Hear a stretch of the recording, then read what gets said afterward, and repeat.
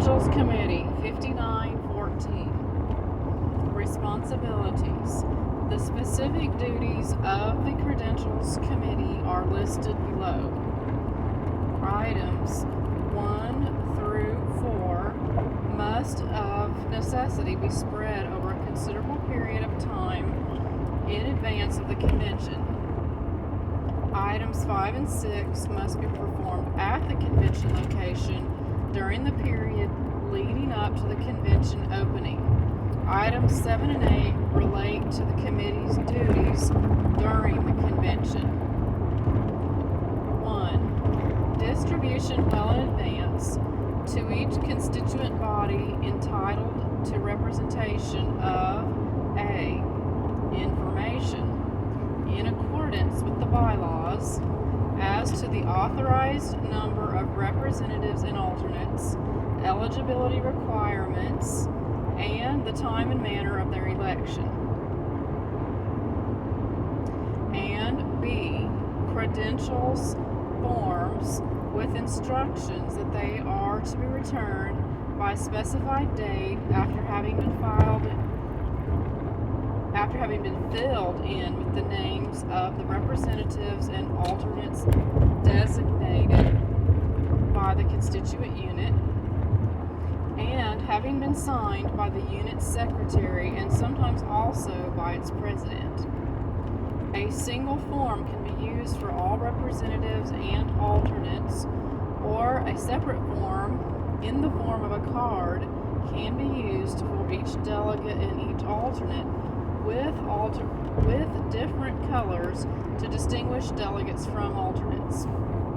If alternates are paired with specific delegates as described in 5815, double cards can be used. 2. Examination of all forms returned to verify the eligibility of each member listed, and B. Notification to the proper constituent unit whenever an elected delegate or alternate is found ineligible through non-payment of dues, insufficient duration of membership, etc. Advising the unit of its right to designate one of the elected alternates named on its credentials form to take the place of any ineligible delegate unless replacement is automatic because of pairing of alternates with individual delegates. 3. Compilation of the list of members entitled to register and the basis of this right, officer who is a convention member, ex officio, unit president, elected delegate, alternate, etc. Arranged for quick reference as alphabetically by districts, clubs, sections, or as may be suitable. 4. Arrangements for registration to take place at the convention, beginning 1 or 2 days before the convention opens. See 5916.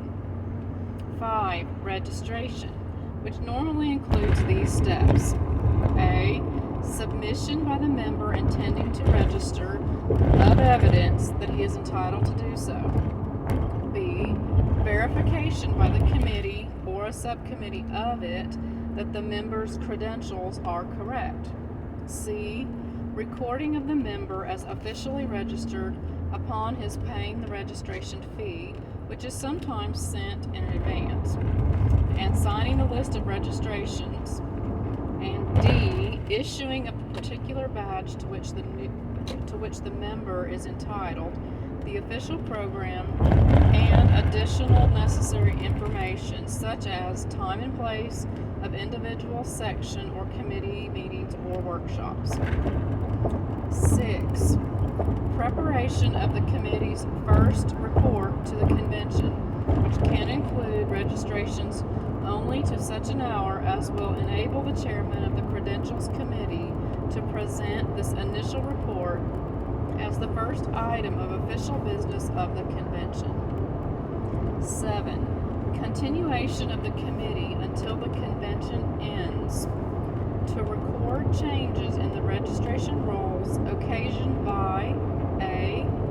Additional registrations, which the bylaws or the convention's standing rules, 5927 FF, may require to be closed at a specified time slightly earlier than the final adjournment. Or B, the departure of delegates and the re-registration of alternates who replace them. Submission of a supplementary credentials report at the beginning of the first business meeting each day and at other times when required, as resulting from changes in the registration rules. 5915. In societies that maintain a permanent administrative headquarters, most of the clerical duties required of the Credentials Committee in advance of the convention usually develop into a routine technique preserved from year to year and performed largely by the regular paid staff. But the authority and responsibility for general direction of this work remain with the Credentials Committee. 5916. Times and place of registration. The times and the place of registration should be announced in the printed convention program. In a convention of any size lasting for a number of days, registration may begin 1 or 2 days before the convention opens, and provision should be made to handle a heavy volume of registrations during the afternoon and evening before the opening business meeting, as well as on the morning of that meeting. This registration normally takes place in a separate room or hall whose size and equipment depend on the probable total number of registrants. Throughout the convention, a registration desk of the Credentials Committee in a convenient location should be manned a reasonable time before each business meeting begins and should always remain open during meetings. Near the end of the convention, usually only 1 or 2 committee members stay on duty. 5917. Method of registration. The method used by the Credentials Committee to register the delegates and alternates will vary according to the size of the convention. A procedure in common use is outlined as follows. 5918. The entire association holding the convention is divided into parts such as states, districts, or counties, and a separate section of the register, often prepared in triplicate as noted below, is set up for each subdivision. Each section of the register contains, arranged in an appropriate logical order, the typed names of the constituent societies or units located within the corresponding geographical area, and under each unit's name are typed alphabetically the names of the delegates and alternates that have been sent in on the unit's credentials blanks, provided that these persons have been found eligible by the committee. 5919. During the initial period when the bulk of registrations take place, usually 2 committee members are assigned to a separate and conspicuously marked table or station for each section of the register. In a large convention, ushers may be helpful in guiding delegates and alternates to the proper section where they present their credentials and sign the register to the right of their typewritten names. 5920. At least 1 and frequently 2 duplicate registers or photocopy reproduced sets of the register pages are desirable in addition to the Credentials Committee's master copy. 1 duplicate list to be submitted as an attachment to the committee's report. The other for later use by election tellers in verifying the eligibility of voters. By use of the latter copy, counting procedure in an election can be expedited by dividing the tellers into subcommittee groups section of the register, according to the same pattern as in the case of the Credentials Committee members during registration. The delegates' badges can also be correspondingly labeled or numbered to facilitate identification with the correct section. 5921. Cases of contested seats in a delegation will seldom arise except in political conventions. In the rare event of a contest between two delegates or groups of delegates and serious doubt as to which is entitled to be seated, the committee should omit both from the list and report the fact of the contest to the convention as explained below.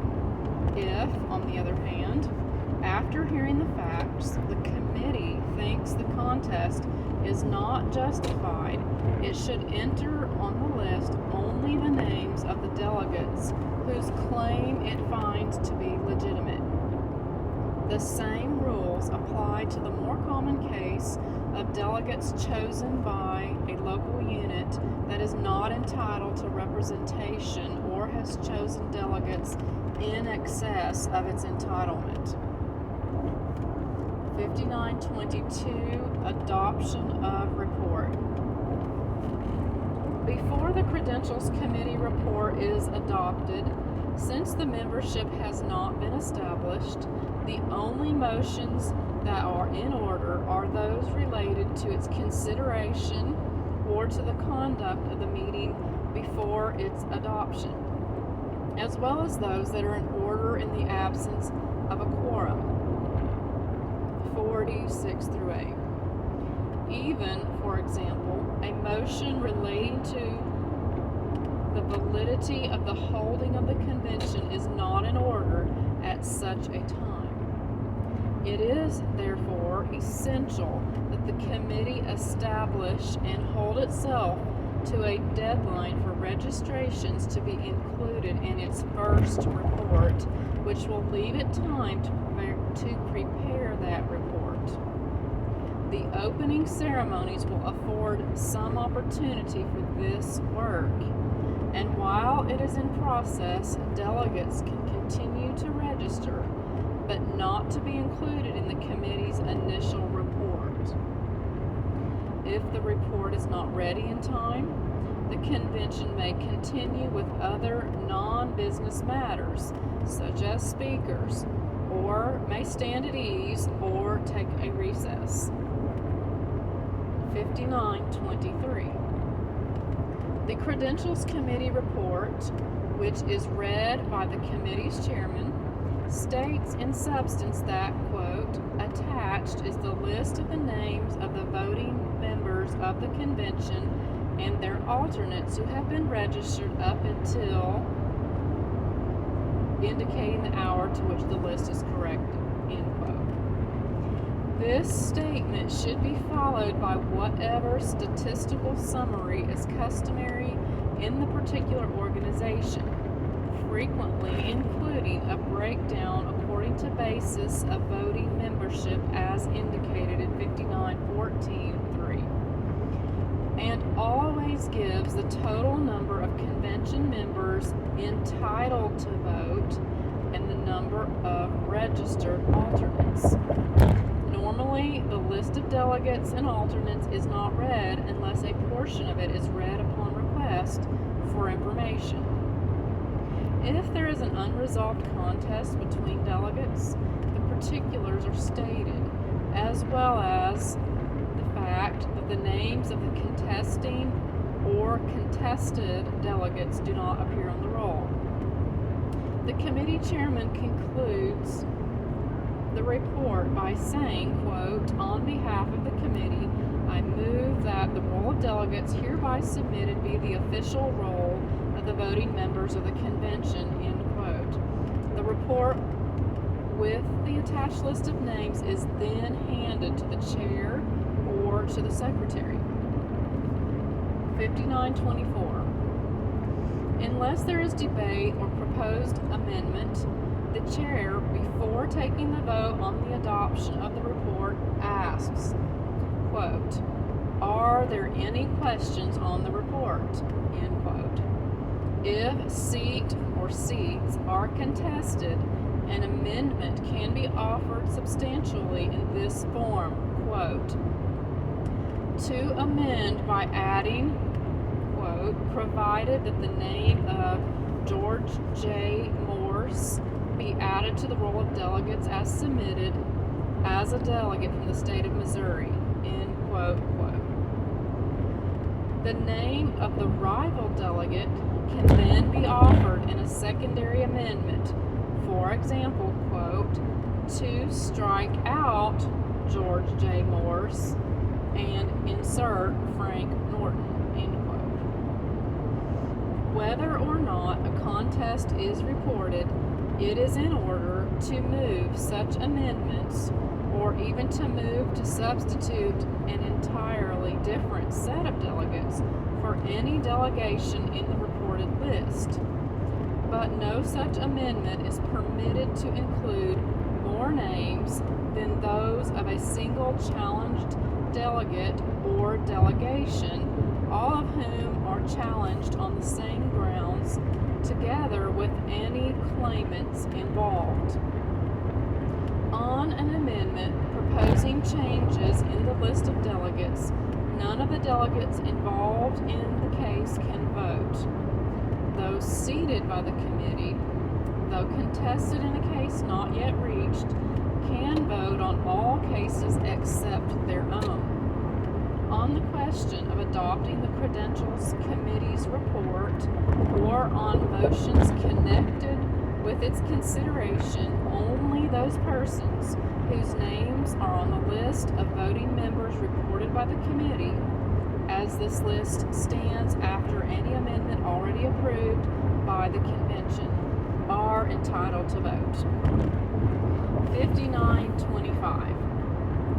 Roll of voting members, supplementary reports. When the report of the Credentials Committee is adopted, it is thereby ratified as the official roll of voting members of the convention, subject to changes through later reports.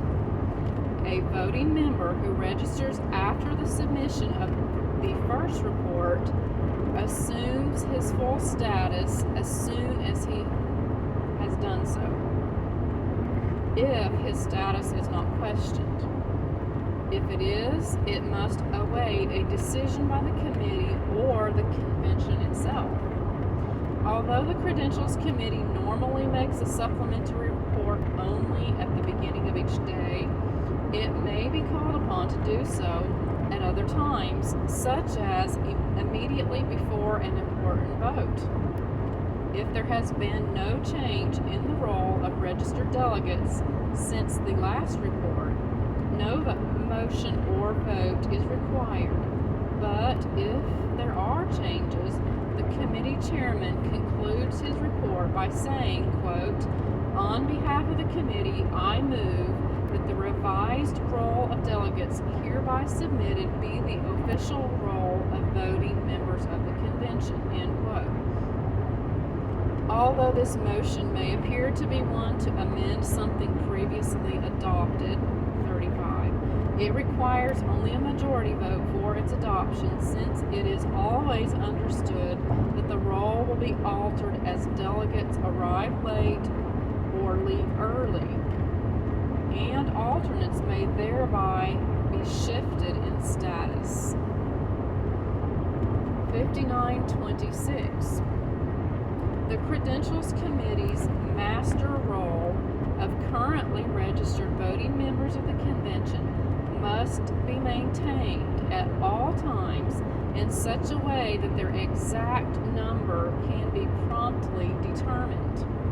Accuracy of the list of registrants is essential, since it may affect the outcome of elections or closely contested issues. If the bylaws or the convention's standing rules do not prescribe a quorum, 40, which they should do, the quorum is a majority of the number of voting members who have actually registered at the convention as in attendance, irrespective of whether some may have departed. 5927, responsibilities. Committee on Standing Rules. 5927, responsibilities. The Committee on Standing Rules drafts and submits for consideration a group of rules known as, quote, the Standing Rules of the Convention, which, as adopted, will apply to that one convention only. These rules must in no way conflict with the bylaws of the society, but, in contrast to ordinary standing rules in a local society, they can involve modifications of rules contained in the parliamentary authority prescribed by the bylaws. The standing rules of a convention usually contain both parliamentary rules relating to the conduct of business and non-parliamentary rules, so that in some ways they resemble a combination of special rules of order and ordinary standing rules. 2. Since their effect expires at the close of the session that adopts them, however, they differ from either of the latter types of rules in certain respects. 5928. The standing rules of successive conventions held by a society often become developed to a point where little change in the rules adopted by the preceding convention is necessary. On the other hand, the work of this committee may sometimes require extensive research into past proceedings of the organization. In any case, the parliamentarian should always be consulted regarding the convention's standing rules, and he often prepares a first draft for submission to this committee. 5929. A copy of the, quote, proposed standing rules of the convention that the committee is to recommend, usually printed in the official program, should be handed to each person when he registers. Until the proposed standing rules are adopted, the convention is governed by the rules in the organization's parliamentary authority, such as those concerning the seating of delegates and alternates. See 58:16-17 and 59:2. And assignment of the floor. See especially 42:16. 5930. Presentation and adoption of convention standing rules. The report of the Committee on Standing Rules is presented to the convention immediately after the adoption of that of the Credentials Committee. As part of this report, the proposed rules are read in their entirety, unless the rules are not substantially changed from those adopted in the last few conventions, and every delegate has been provided with a copy when registering at the convention or previously, in which case the committee chairman or other reporting member may omit their reading. The report concludes by offering a motion such as the following, quote, by direction of the Committee on Standing Rules, I move the adoption of the standing rules of the convention as printed or as just read, end quote. For the procedure when the person presenting the report is not a voting member of the convention. See 5912. 5931.